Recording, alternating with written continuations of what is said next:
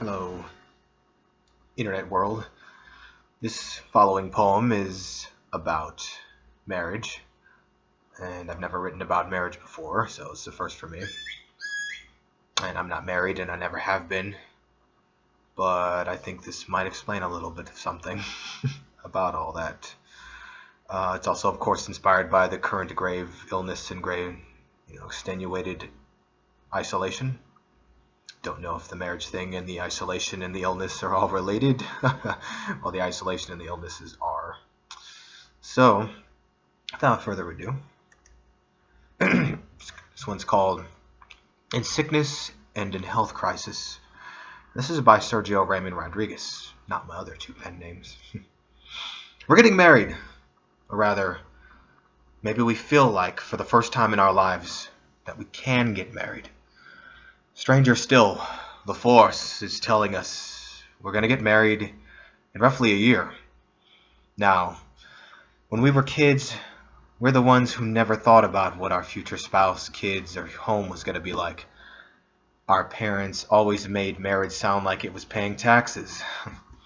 Most people don't even pay that much, but they still bitch about it. That's why they thought of our writing was just a joke, because it couldn't support a spouse, kids, a home. And writing is still our deepest love. Our first love just wanted us to take responsibility whenever we made wrong decisions, and whenever they made wrong decisions. Our rebound love just wanted to tell us what to think and how to feel. Our last love just wanted to cry and run away.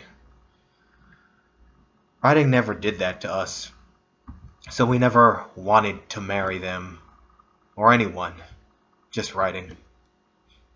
Because we never considered the idea of marriage being part of basic survival. We thought we'd be dead or in jail, or too rich or too poor or too mentally sick, and definitely too dark and complicated. We even thought we'd be dead by age 27. So why get married? Maybe now it's all the Yahoo and Facebook engagement ring ads. Maybe it's just how much older we're getting. Maybe it's the clearer vision of us dying alone and without not just our lost parents and lost sibling, but without anyone to help fill the void they left. As if anyone or everything could. Is that why our married friends are so apathetic about marriage? Maybe they're poisoned. Maybe we're poisoned. We're poisoned right down to our bone marrow. Poisoned into believing reality owes us some manic pixie dream spouse. Someone who will solve the mystery that is us. So our lazy, spoiled, entitled asses don't have to. Is that why we ask people we barely know to come live with us? Is that why we string people along, people that we barely understand and who barely understands us? Is that why we're averagely attracted to almost everyone and no one? Is that why we love writing so much? To lure someone, anyone, into the vortex of marriage, instead of being alone with the darker, more complex forces and events that shape us into wanting or needing someone. Anyone, in sickness and in health crisis? Is this health crisis to blame for this sudden shift inside of us? Peace, love, and understanding is in our midst now. And it's ready to join with someone else's peace, love, and understanding. Is that what it takes to be married? Until death does us part? We don't know. But we're going to find out. Even if it kills us. Even if it kills them. Even if it kills the part of us that doesn't care if we live or die in sickness and in health crisis. Thank you very much.